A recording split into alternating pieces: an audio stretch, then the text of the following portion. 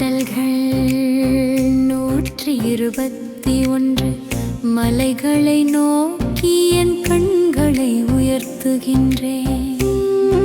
எங்கிருந்து எனக்கு உதவி வரும்? விண்ணையும் மண்ணையும் உண்டாக்கிய ஆண்டவரிடம் இருந்தே எனக்கு உதவி வரும். அவரும் காலிடராதபடி பார்த்துக் கொள்வார்.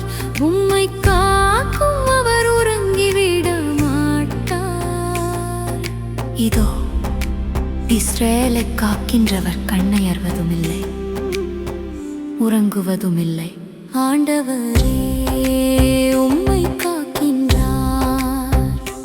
அவரும் வலப்பக்கத்தில் உள்ளார்.